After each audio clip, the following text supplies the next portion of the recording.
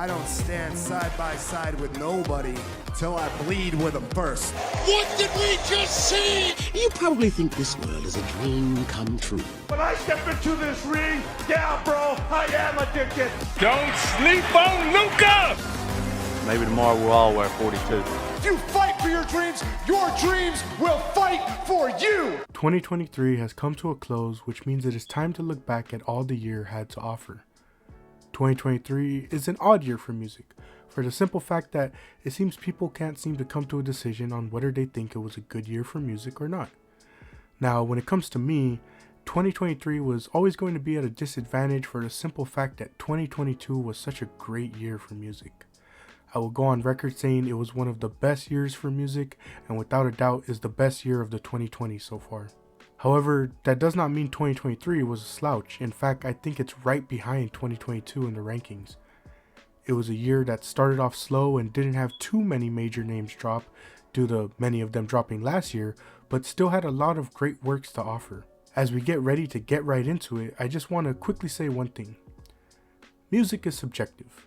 There is no guarantee that what one person likes is going to be liked by another. The beauty of music is that there is something for everybody, and music connects with people in different ways. What you might dislike might be something that has a significant impact on another person's life.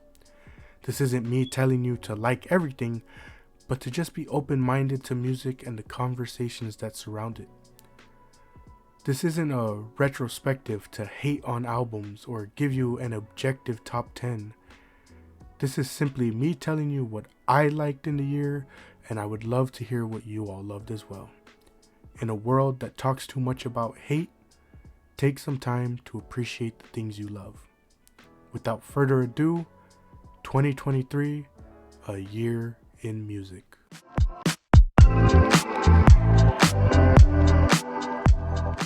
Alright, so recently I figured out how to implement chapters on videos. I bring this up here because I'm going to talk about a genre that I know a lot of people don't care for, so you can skip ahead if you want. That genre, of course, is K-pop. Now, before we get into talking about all the music, I just want to say that while I'm an avid listener of music, I don't really care too much about the specifics. What I mean by that is, as we're talking about here with K-pop, they have mini albums, EPs, full albums, single releases, stuff of that nature. And I bring it up here mainly because a lot of people like to get into the specifics of stuff like that. So a lot of people might be like, well, you can't consider that a top 10 album of the year because it's actually an EP. Personally, I just don't care about getting into specifics like that. So just wanted to bring that up here, just so you know. I'm going to basically be referring to a lot of stuff as albums, but they may be an EP, a mini album, etc. But finally getting all that out of the way, K-pop, much like pretty much any other year, was a busy genre. Many artists dropped new projects, with many groups dropping their first full-length releases. So much dropped, so I'm going to focus on what I like the most, so apologies if I don't mention certain groups or artists. To start the year, it completely slipped my mind while writing that Yena had a January release. For whatever reason, I thought it was a 2022 release, but yes, Yena had a good year for herself, having 2 single EP releases. In January it was Love War, and in June it was Hate XX.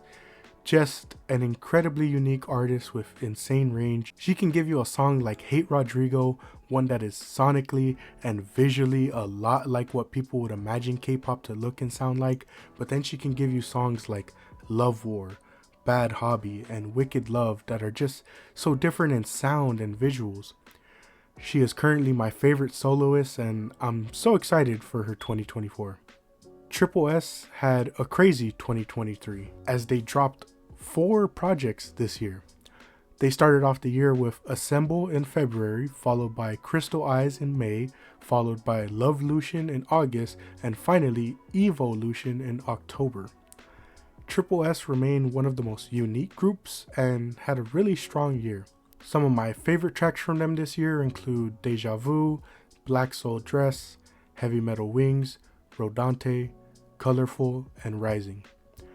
Along with Triple S's release in February came Purple Kiss's Cabin Fever. The album was a great display of the group's vocals with tracks like Autopilot, Agit, and of course the main highlight being Sweet Juice. March was a very busy time for the K-pop genre. First, we saw Cherry Bullet release their third project, Cherry Dash, a project with great B-sides like Whistle Like That and Cloud 9, and the unique sounding title track of Pow, Play on the World. I highly recommend the title track as it is so unique with its sound and vocal directions. On the same day, Yuju released her album O. While not as upbeat as her 2022 release, O was still a vocally beautiful album with standout tracks like Dreaming and Peach Blossom. Twice made their latest comeback with Ready to Be. While I prefer 2022's Between 1 and 2, Ready to Be was still a great work with songs like Moonlight Sunrise, Got the Thrills, and a K-pop Song of the Year contender in Wallflower. I also got the experience of a lifetime seeing Twice live, and as my first K-pop concert, I can tell you it was so unique and just amazing to see. NMIXX dropped Expurgo with hit track Love Me Like This and great tracks like Password and Just Did It. To close out March, Crazy dropped Double X, another great record with really strong tracks all around. I love the variety of the project, and the standout track for me is Lucid Dream. IVE dropped 2 records this year, with my favorite of the 2 coming in April with IVE, a strong record with Blue Blood, I Am, Lips, and Mine. To close out April, Woods dropped Uli, which was a very unique record with songs like Journey, Busted, Who Knows, Ready to Fight, and one of my favorite songs this year, Drowning. May opened up strongly with LE SSERAFIM dropping Unforgiven,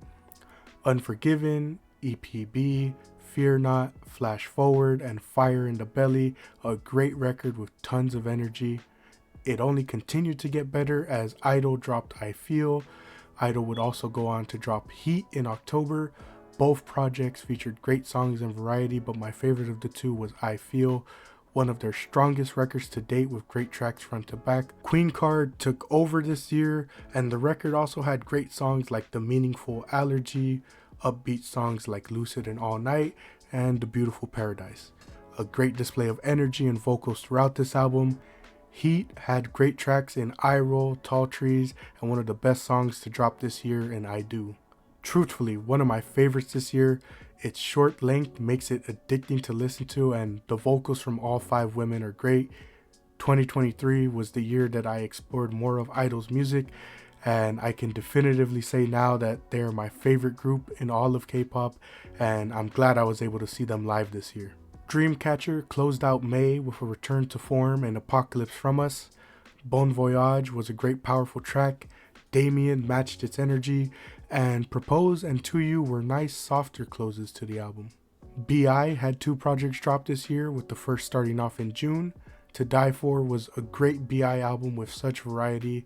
You had songs of his usual sound like The Island of Misfit Toys and Dare to Love, but then you had songs like Wave and Die for Love that were very new sounds for B.I.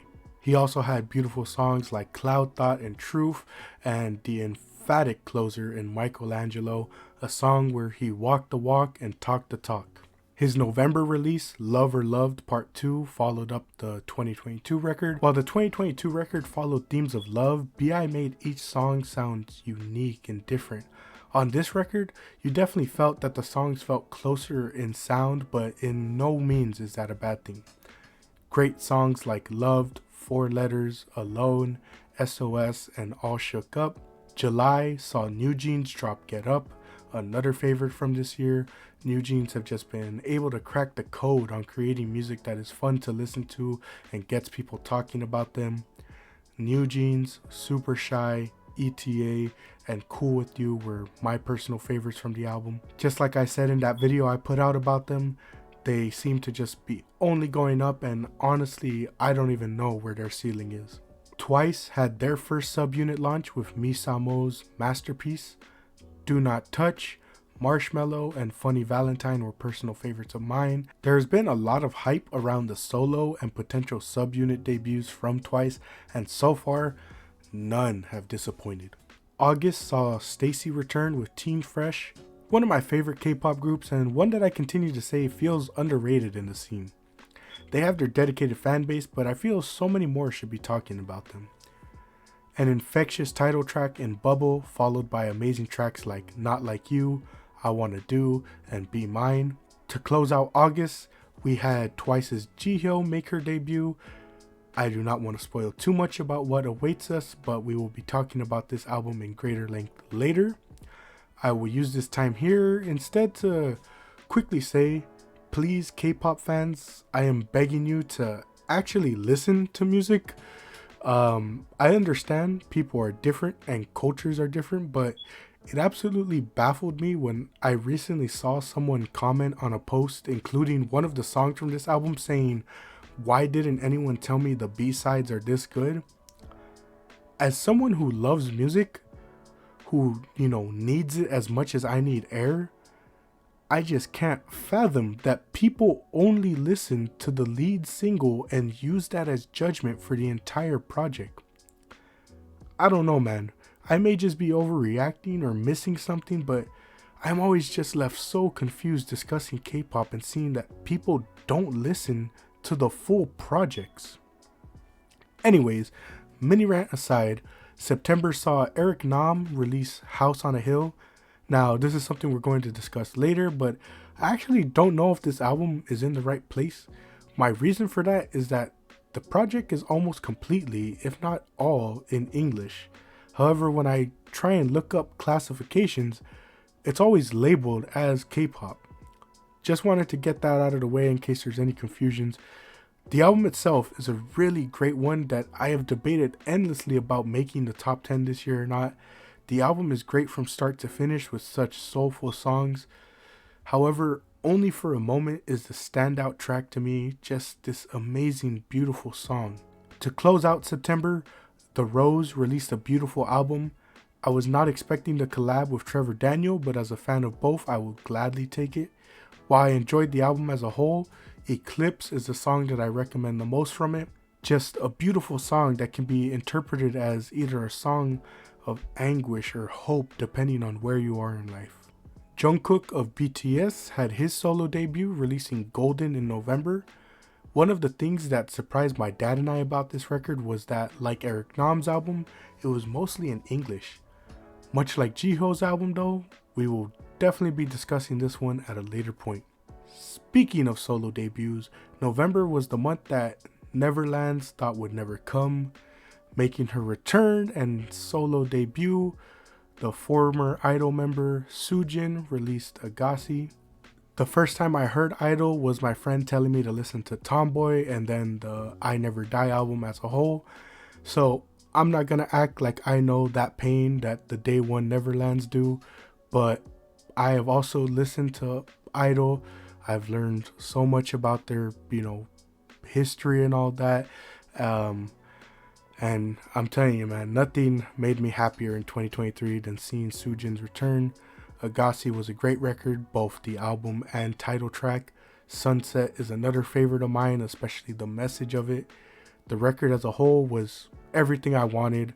May we continue to see more of her in this new year, and may she prosper in this new chapter of her career. To close November, Stray Kids released Rockstar and Red Velvet released Chill Kill. I absolutely love Stray Kids' energy, and this album was no different. However, that didn't stop them from including some softer songs like Cover Me. Red Velvet finally gave us their third full-length release, and it was beautiful. The vocals on this record are just so great, and my three favorite tracks were Knock Knock, Will I Ever See You Again, and One Kiss. K-pop was very busy this year, but really, when isn't it? It is a genre that thrives on pushing out something new, and while that can be overwhelming to some, I definitely enjoy it as someone who is always looking for new stuff to listen to. Real quickly before we move on, I want to highlight some single songs from this year, songs that either were singles or from albums that I listened to but didn't talk about here. Acme dropped Lovely, which was such a fun song, and the video as a whole was fun as well. While not necessarily K-pop, Uki recently collaborated with Alan Walker and Jake on a fun song called Fire. Promise 9 had Love Me Back, which was very fun like Acme's Lovely. iKON dropped a record this year that I didn't entirely enjoy, but it still had some songs that I go back to. All the Way Here really felt like that iKON that I know and love, and simply want them to make more like it. DK solo Kiss Me was great, but June's solo Want You Back was definitely my favorite from the record. Would love to see either solo work from him or collaborative work, as I enjoy the contrast when he's paired with others. Jay Chang's Up To You and Rockstar were some great tracks that I couldn't stop listening to for a bit of time. Jinny's collab with Amine on Come On was really great, love that one. Kiss of Life made their debut this year. I need to go back and re-listen to their works, but I remember enjoying a couple of tracks off their self-titled release. I enjoyed Welcome to My World and Spicy by Aspa, but I'm still left wishing for more of their records to sound like their title tracks. Minnie and Mion had some great OST releases this year. However, my two favorite releases from this year have to be Nobody and Off the Record. Nobody was the collaboration track between idols Soyeon, Aspa's Winter, and Ives' Liz. It was just a great fun record. However, I do agree with the sentiments that this song does feel a bit incomplete. We already know about the music video, but the song itself does feel like it has room for a bit more, like maybe one more verse. However, Off the Record by Ive is hands down my K-pop song of the year. There were some great releases this year, but nothing captured my heart more than Off the Record. Everything about it is just so great, man. The music video, the sound, the lyrics, I just love it, and it is probably my favorite Ive song. It dropped in October and still landed its way on my top 3 on Spotify to end the year. To close out this section, as we have gone so long and we are not even close to being done, here is everything K-pop that I listened to in 2023.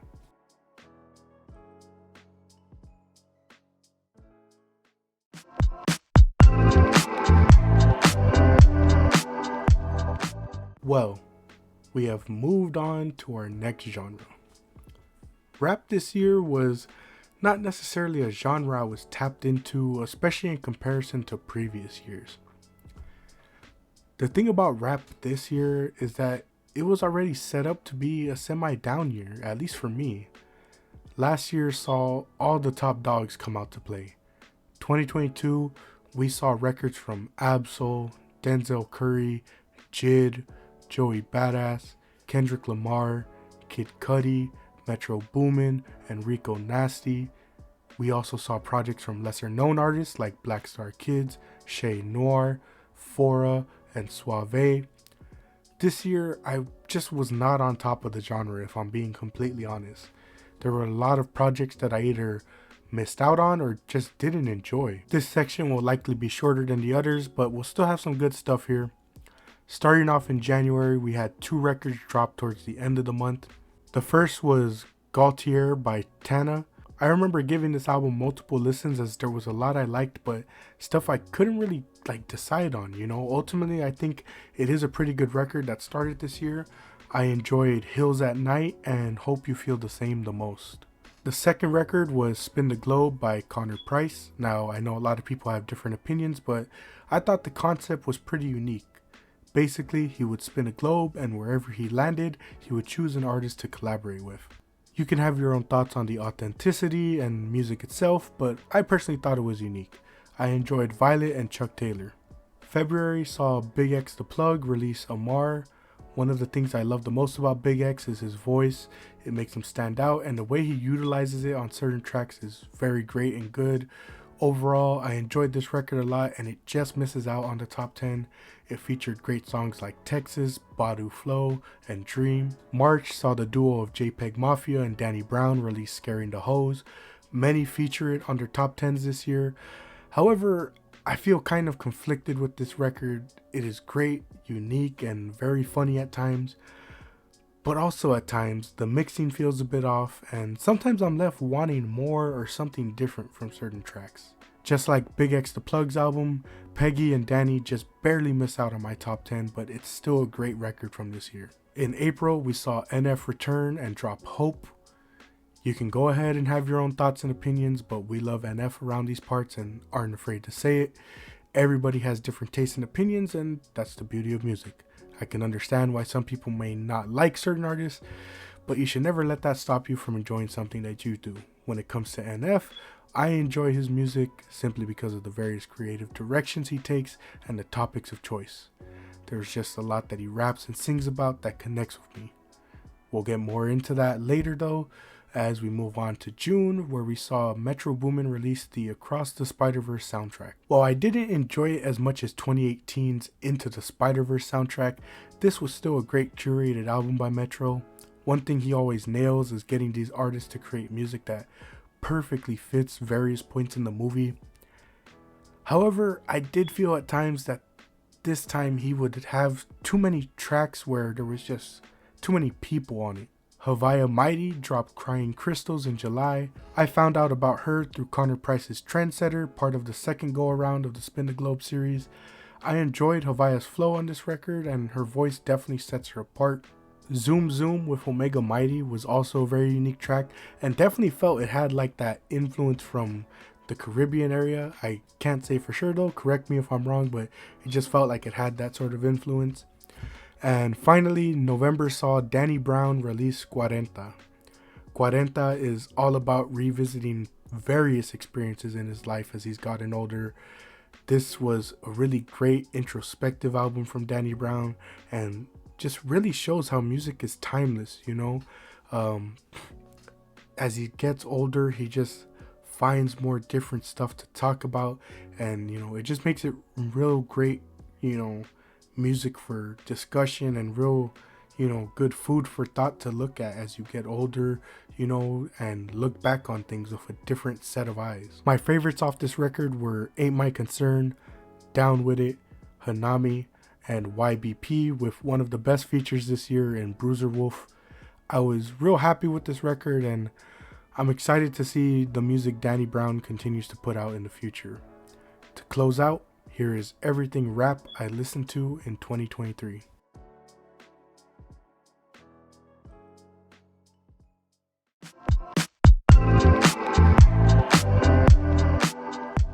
Now, you are probably confused reading that. Remember at the start when I was talking about the nuances of reviewing? This is one of them. I just personally struggle so hard to classify albums. It especially does not help when you have a genre like rock that has so many subgenres and the people want you to be specific with your classifications. I promise I'm going to do a better job next year when we do this again for 2024, and I can already tell you, when it comes to the spreadsheet that I have for keeping track of the music, I have already been working so that we can be more specific next year, you know, on this is a rock album, this is a pop album, this is an R&B album, this is a Spanish album, this is like this. Like, I'm making sure to be more specific with the classifications. But for now, these are just the rest of the albums and music that I listened to this year that I just didn't know how to categorize and split into sections, you know. Let's start in February, as that was a great month for music. We started off with Baby's Tainted in Our Memories. This is a great pop record, and the various vocal effects are used to great success. I love the emotion in songs like Hate Me, Alone, and Sunset Boulevard. Afterwards, we saw Paramore release their 6th studio album, This Is Why.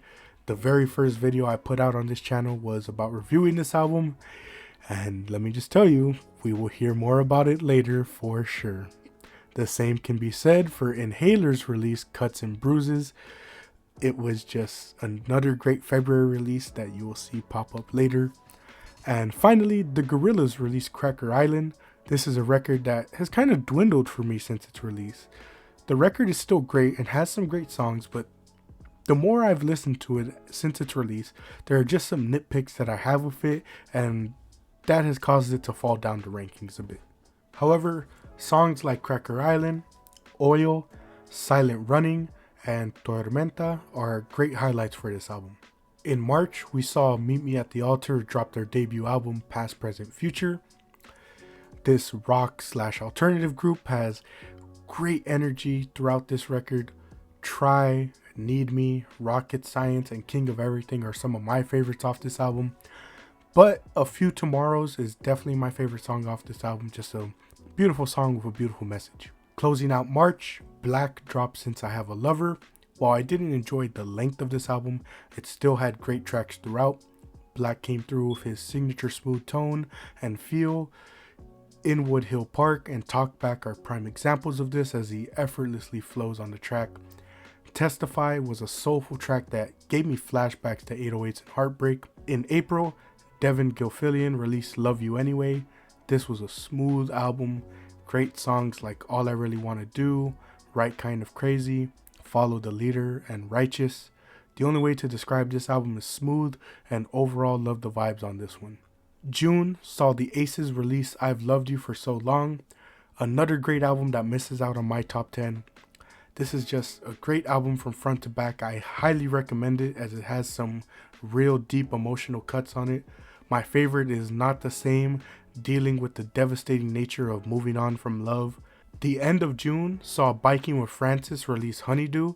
This album consists of the work between Biking with Francis, Garrett Sparrow, Max Leonard, and Joshua Raw. This group of artists just makes fun music together, with my favorites being Stop By and Type Time. July saw Post Malone return with Austin, another album that I'm not too fond of the length, but it's still one that has grown on me since release. I really enjoyed Laugh It Off, Speedometer, Overdrive, and Sign Me Up. September saw Chase Shakur release It's Not You, It's Me, It's Love, a R&B record with great instrumentals and vocals. I liked No More Crying, X's and O's, I Know You've Been Lonely, and Night. And finally, Joey Valence and Bray released Punk Tactics, which was a fun record that brought a similar sound to that of the Beastie Boys, but with a modern twist, plus various references. There's a lot more that I didn't want to mention to prevent giving the top 10 away. As far as single songs, Akgutta, I hope I pronounced that right, had 2 songs from his project I'm Not Okay called Wait On Me and The World Is Ours that I really enjoyed. Almost Monday dropped a real nice track, Coast to Coast. Destin Conrad's Love and Devotion was a real nice love song, and I loved his feature on Baby Rose's Closer. Bad Bunny dropped his album, and while I didn't enjoy most of it like his 2022 release, I enjoyed Monaco, No Me Quiero Casar, and Where She Goes. Edith, Planet Express, Give It the World, and Si Me Voy were great tracks from Cuco, with the latter having the Marias being an integral part of the song. The Marias also featured on I Dress's Separate Ways. I very much look forward to 2024 for a potential Marias project. I know they technically should be classified in the rap section, but Group Therapy's project was just so different that I didn't know if I could put it there. That being said, Smiles from that project is such a great and emotional track that had me staring at the ceiling at 2 in the morning, man. Speaking of tracks like that, Linkin Park released a 20th anniversary for Meteora, and it was just truly a surreal moment hearing Chester Bennington's voice again on Lost. Just was crazy, man. It was just so emotional. Melanie Martinez released Portals, and my favorite track was Void. Just this powerful and emotional track that finds a way to capture the essence of its title. I also got to shout out the vocals on it, specifically the different effects that they did there. There's a lot that can be said, but here's everything else that I listened to in 2023.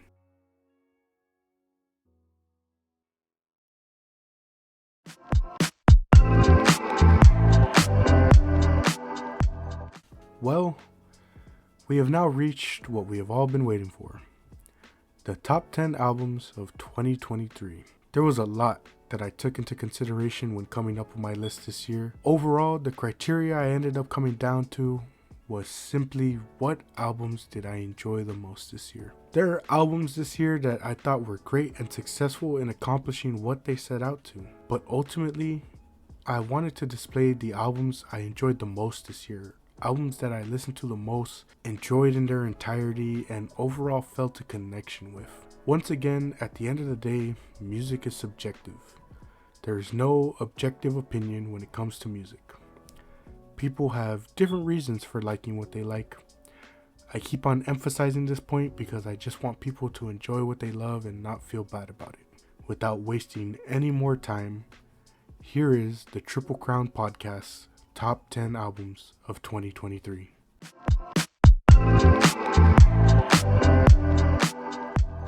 Ruckus is a 10-track rock record from the Southern California quartet Movements. Coming off the emotional 2020 album No Good Left to Give, Movements had a lot of questions to answer. Most notably, what's next? Where do Movements want to take their music? This is a question Patrick Miranda asked himself as the group worked the past 3 years. Feeling confined to the sounds of their influences, Miranda sought out new influences to breathe life into the future. What followed was Ruckus, an album that still has their hallmark sound, but definitely differentiates itself from the previous 2 releases. The track Killing Time explores infatuation to the extreme. Miranda details being so in love with this person, so much so that he'll endure any pain inflicted. What I love the most about this song is that it hits its stride from the start. This isn't a slow buildup of displaying this infatuation, it's straight from the start. You put your gun up to my head and let me pull the trigger. The pin comes down but only ever click. But I take a bullet in the end just to hear you whisper. The chorus does not slow down either, as Miranda states, "Press it to my head, you can shoot me dead. Give me yours, I'll give you mine. For you I would die, no one can love me like you do." It's this beautiful display of love from somebody who clearly doesn't know what a healthy relationship looks like. It almost comes off as one-sided, thus why I refer to it as infatuation more than love. The drumming on this track from Spencer York is great as well, have to highlight that. Heaven Sent was like a pop approach from Movements. It obviously has its rock elements, but it felt like something similar to the likes of Empire of the Sun or One Republic even. Tightrope was a song that felt like it could have been on No Good Left to Give. It starts slow but soon picks up the pace. All the while, the song is about trying to change yourself for somebody else. The beauty of this song to me is how drastically different it can be depending on the situation. It can be looked at in the same light as Killing Time, somebody not able to realize the wrong and wanting to change yourself for somebody else. On another hand, it can be this beautiful display of love, realizing you need to change for this person. But it could also go right back to being more of a somber feel, looking at it from the perspective of someone who realized too late and wishes to go back to change so that they can still be with this person. I Hope You Choke was the most straightforward track, a track where Miranda puts his anger on full display. Once again, a song of perspective. It could be looked at as brash and petty, or it can be looked at as a justified response to being hurt. Also, just like with Killing Time, I have to shout out Brett Kyoto and Austin Cressy's guitar and bass work on this track. Hopefully I pronounced those names correctly. Some of the best on the record, but the best comes from the next track, Fail You. One of my favorite tracks instrumentally and completely. From the instrumental work to the lyrics, this is one of the best tracks on all of Ruckus. Overall, the album was just great. It had these various emotions and perspectives. I could talk endlessly about each song, but we got 9 other albums to talk about. Ruckus by Movements, a great rock album full of emotion, number 10 on the list.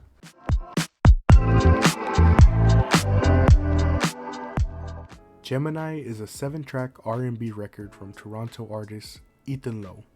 Toronto needs to be investigated, as they have to have some type of lab just pumping out these R&B artists. And it's those R&B artists that influenced Lowe's career and debut record. Hit the Floor is an energetic track.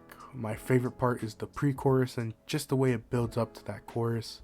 Unrequited is a soulful track with Ethan singing his heart out on this one about the one who got away. Just as the title suggests, it is a song about the struggles of being in love with somebody who does not share those feelings. One of my favorite parts of this track is Ethan's use of higher and lower pitches throughout. Bougie is a unique song on the track that takes a bit more of a EDM/techno approach, both instrumentally and even vocally at times during the chorus. Skin Tight was a great collab with Jimmy Brown that has that smooth R&B feel to it. The title track Gemini is another smooth track that details a confusing on and off relationship. The song goes into the details about the highs and lows of love with highlights of vulnerability. Gemini by Ethan Lowe is a fun listen that also dives into the woes of modern romance. Number 9 on the list.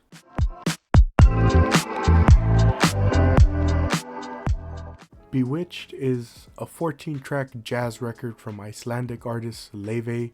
The singer-songwriter from Iceland is one that I was introduced to this year. Listening to this album was a delight as it just felt different and fresh, so much so that I had no clue how to classify it genre-wise. I'm going based off of what various sites say, so if the classification is wrong, that's the reason why, but I'm going based off of what others say. Laufey's vocals and songs themselves just feel so much like an older sound. Many have talked about her reviving an older sound, and really that was her focus. As Apple Music writes, yet still, her voice's richness and her phrasing are as spellbinding as those of many of her icons. Her songs can be inventive and playful, forlorn and wrenching, and she sings of love and lack thereof with a depth beyond her 24 years. The record starts off with Dreamer, which perfectly encapsulates the statement of being timeless. It is a track that sounds like it could easily be dropped in older times and yet still feels like it fits in today's times. Laufey sings about the heartbreaks of life and learning to put herself and her dreams ahead of them, while still including hints of being a hopeless romantic. Second Best is the second track on the record, and it very much comes off as the opposite perspective of Joji's Glimpse of Us. On this track, Laufey sings about the heartaches of not being somebody's first choice. She has given her all to this person, even sacrificed things for their love, only to have the realization that they're not viewed the same.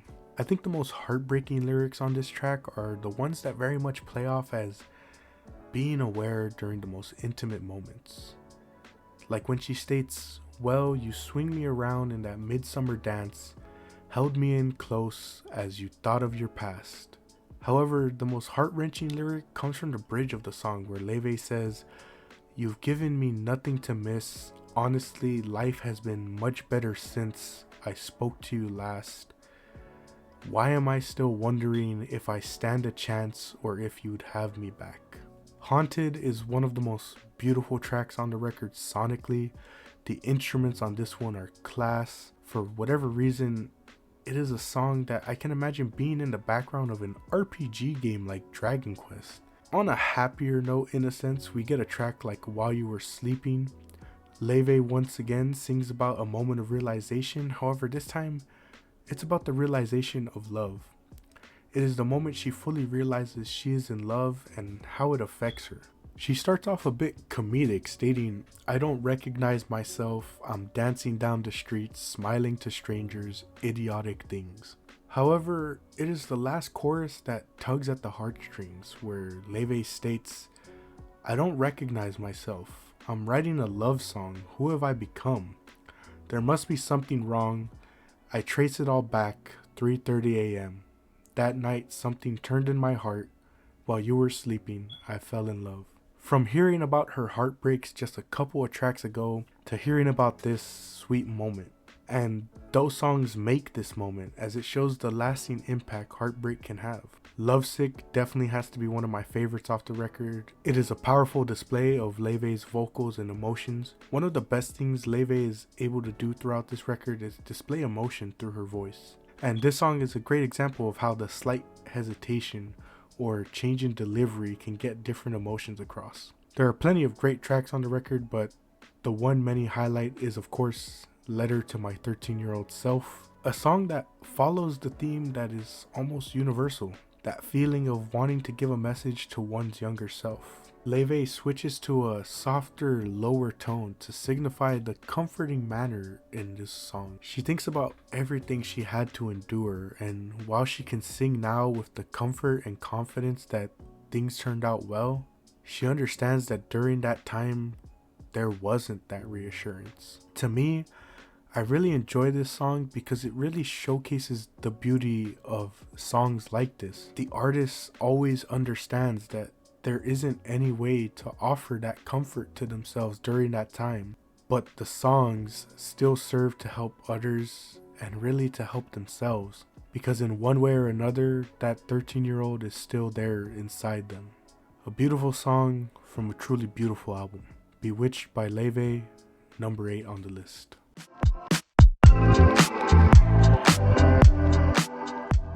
Dear Insanity is a 7-track R&B pop record from the Australian artist DPR Ian. Dear Insanity is all about displaying the manic highs and lows of life. DPR Ian does this best through his intricate and unique music videos. Ian utilizes the artistic medium to bring to life the words of his story. The album and story as a whole is all about showcasing the two sides in various scenarios. Don't Go Insane was a great leading track. I love the various sounds used as it builds up to the chorus. The energy and vibes from this one are ominous yet fun. Bad Cold follows that similar pattern, having these fun, bouncy instrumentals. I liked Ian's decision to use a higher pitch throughout the track. I think the thing I love the most about Dear Insanity is that it's such a fun album with these darker themes. It truly encapsulates the idea of manic highs and lows because it's all fun until you look beneath the surface and realize the message Ian is getting across. I will say I also enjoyed the decision to have Violet Crazy as the closing track. It is that sudden shift from these upbeat, joyous songs to this slow, emotional ballad. Dear Insanity by DPR Ian, number 7 on the list.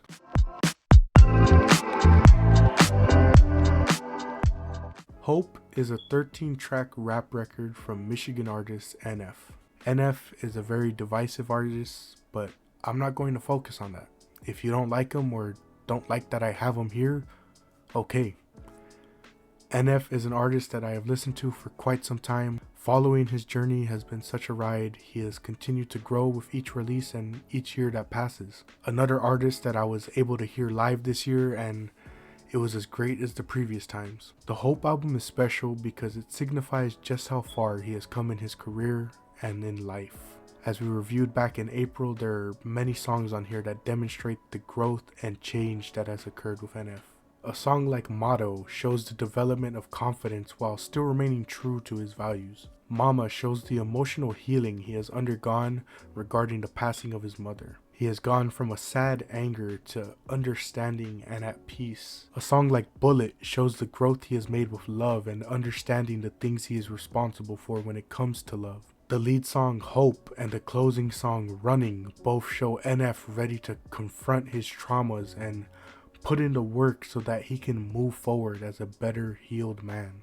But what I love about this album is that it isn't just this happy-go-lucky album talking about change and making it seem like it's such an easy thing to do. NF does a great job of showing how there are roadblocks at every point of the journey. Even when he is making improvements and progress, there are still times of sorrow.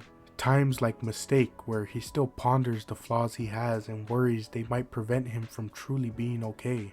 And of course, songs like Happy, the most impactful song on the record, demonstrating the struggle of being happy. The struggle of being happy after years of pain and trauma. Struggling to understand this concept of being free and thus many times relapsing back to sorrow because it is the default setting.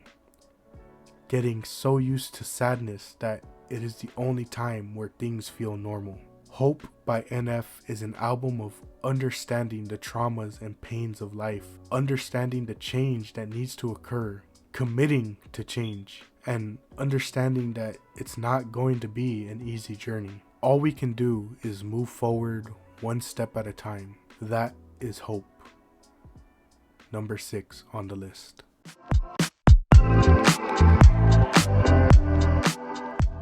Golden is a 10-track K-pop record from BTS member Jungkook.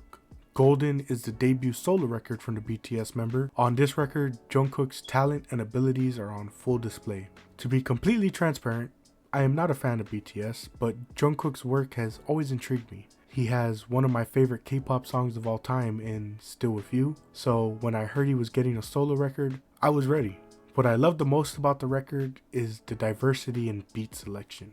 This record threw a lot of different instrumentals at Jungkook, and he approached each one so differently. For starters, 3D.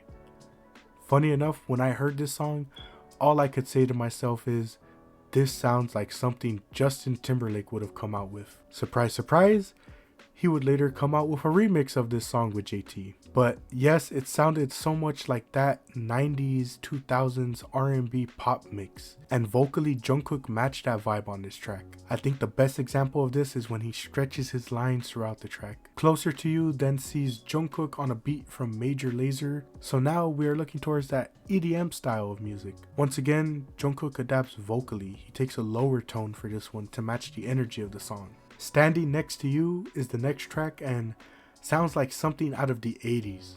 I told my dad I don't know what it is, but it gives me One Night in Bangkok by Murray Head vibes. I also think it is the best track vocally on the record. It is a track with the most energy and emotion behind the vocals. You just feel that sort of emphasis behind a lot of the lines. A standout track for sure. Yes or No is the track that sounds closest to the K-pop genre. It is still a very great track with great vocal work from Jungkook. The final 4 songs on the record are where I kind of reached a standstill. The songs are still unique vocally and sonically. I just wish we saw a bit more variety theme-wise. For example, Somebody is a great song that has that similar sound of Closer to You. Hate You is this beautiful emotional ballad of heartache. Too Sad to Dance is this amazing juxtaposition of sound and lyrics where the sound of the song just does not match the lyrics at all. And Shot Glass of Tears is another powerful ballad-like song with Jungkook laying it all out there. However, we see a similar theme throughout the tracks and really almost the whole record without much changing track to track. What makes Hate You so different and unique is that it proposes this alternative view. A lot of the songs sort of focus on the heartbreak, but Hate You sort of explores the heartbreak itself and the emotions behind it. One of my favorite lines of the year, and definitely from this record, is the final lines of Hate You where Jungkook says, "It's not the truth, it's not the cure, but hating you's the only way it doesn't hurt." The whole song, but really that line alone, showed the meaning behind a heartbreak. It's not just the heartbreak that hurts, it is the context around it that causes the most pain. This album is really great vocally, sonically, but my only real complaint is not being able to see deeper dives like we did on Hate You. Still a wonderfully fun album. Golden by Jungkook, number 5 on the list.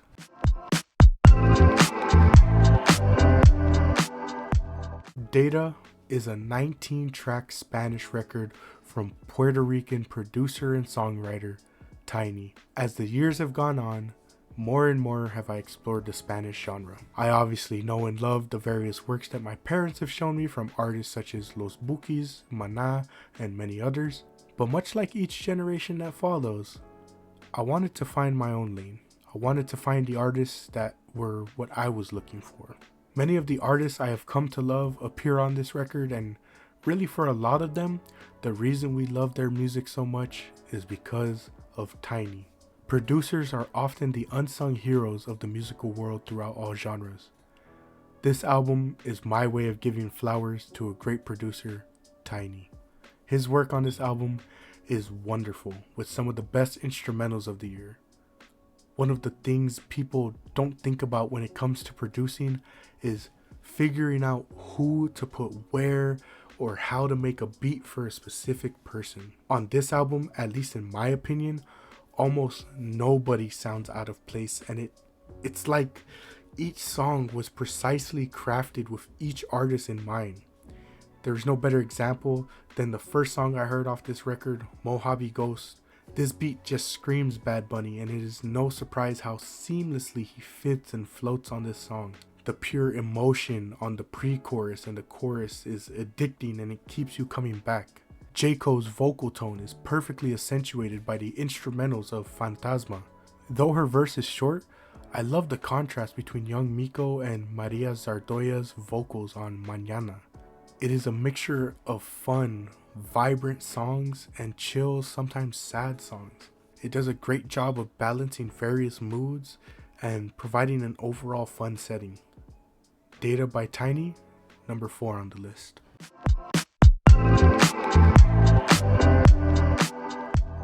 Cuts and Bruises is an 11-track rock record from Irish rock band Inhaler.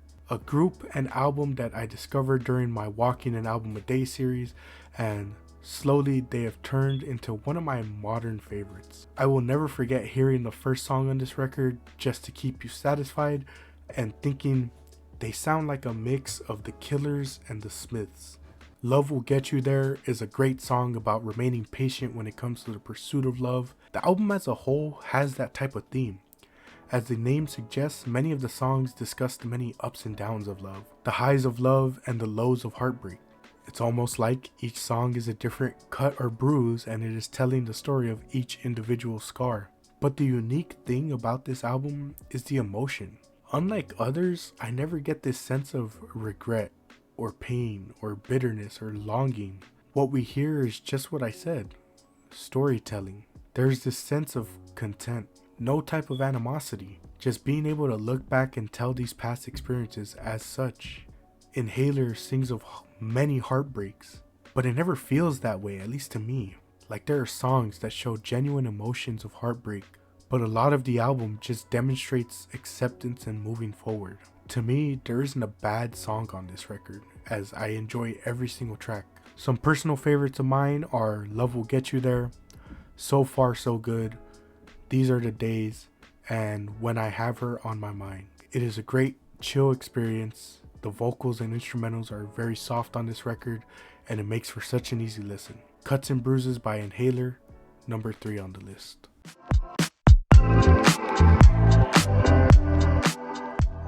Zone is a 7-track K-pop record from Twice's leader, Jihyo. Just like Golden, Zone is a solo debut for Jihyo, and it is a long-awaited one. Known for her powerful voice and stage presence, Jihyo's eventual solo project was one that was highly anticipated by fans. In August, that dream finally became a reality with Zone. Zone is so perfect because it is a perfect encapsulation of Jihyo. It is a perfect display of her powerful vocals, her honey-like voice, her endless energy, her bright personality, and all the emotions from someone who spent years fighting to make this dream a reality. Jihyo spent years training to make her debut, and she eventually got it with Twice. 8 years later, she now makes her solo debut, and it captures her entire persona perfectly. To start this album, you get 3 very unique, energetic tracks. Killing Me Good was the perfect selection for the lead track. Many argued that other songs should have been the title track, but those people fundamentally don't understand Jihyo.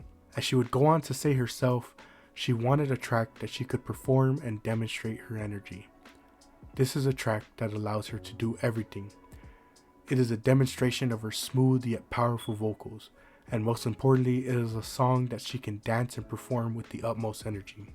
Because what Jihyo cares most about is her fans and her work. She wants to put on a show for her fans and show off her energy through performance. Go look at her many performances of this song and you can just tell how much she loves this. Talking About It is the next track, and it features 24K Golden. I was intrigued to see how the two would work together, as I didn't know much about Golden, but what resulted is an amazing dance track from the two. Once again, the energy is off the charts for this one. The production of this song is similar but yet so different to anything I've heard from Twice, so it was so surprising to see how effortlessly Jihyo adapted to the sound. While short, 24K Golden's time on this track was great and paired perfectly with Jihyo. Closer is another track that was so unique with its production, and yet again, Jihyo matched it so well. This track felt like it was a showcase for Jihyo's vocals, so strong and yet so soft and smooth on this one. From 3 fun tracks, we start to slow down a bit and get into a more emotional side. While not one of my favorites from the entire album, Wishing on You still felt very different and again had some of Jihyo's best vocals, especially on the higher end. Don't Want to Go Back with Haza was a very beautiful duet. We have heard many different sounds on this album already, and this duet decided it wanted to introduce a 2000s R&B feel to it. This song will have you hitting the Daniel Garcia dance, matter of fact this whole album will. Also, the high notes on this thing, chef's kiss. Nightmare was a song we got to hear Jihyo perform during the concert. The song was definitely meant to showcase the power and emotion in her voice. Its dark production is meant to match that as well. However, The final song I want to talk about is, of course, the penultimate track, Room. To put simply, it is quite literally one of the most beautiful songs I have ever heard. Earlier, I described Jihyo's vocals as being like honey. There isn't a better song to demonstrate that than Room. This is a song that just wraps itself around you vocally, sonically, and even emotionally. I almost just feel at a loss for words when it comes to this song. Truly, beautiful is the only way I can describe it, as much as it sounds like I'm just repeating myself. The word beautiful was meant for a song like this and an artist like Jihyo. The work she did this year with Twice and her solo work was just magnificent. She captures an audience like no other, and I am just so amazed with her work year after year. Zone was a beautiful encapsulation of everything that Jihyo is. Fun, energetic, powerful, emotional, and beautiful. One of my favorites from this year, and I look forward to a future where we get more. One of a kind artist, a true ace in the music world, Zone by Jihyo, number 2 on the list.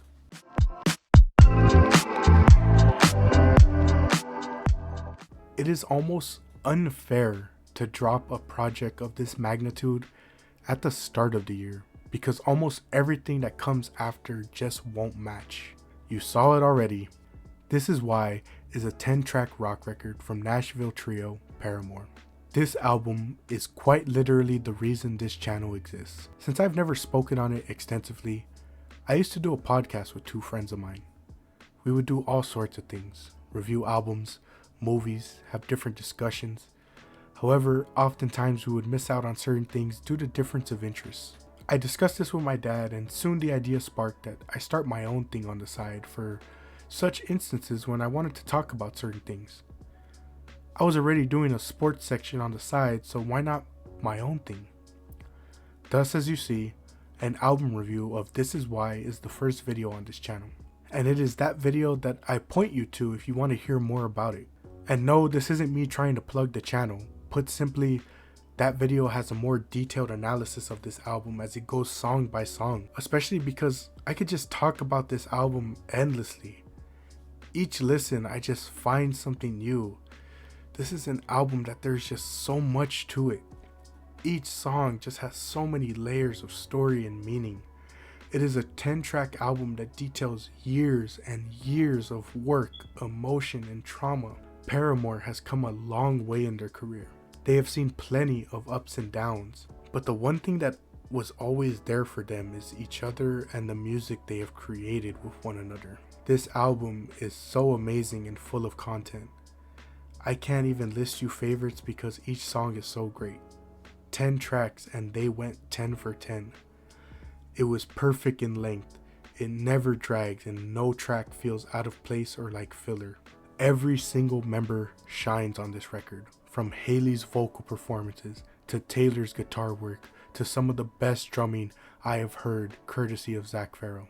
Getting to see them live was such an amazing and cathartic experience. This band has been in my life for so long and their music has helped in many different ways. Their journey has been such an amazing one to follow, and I can't say enough good things about this album. It kept me coming back month after month, and no album this year was able to topple Paramore at the peak of the mountain. This Is Why by Paramore, number 1 on the list.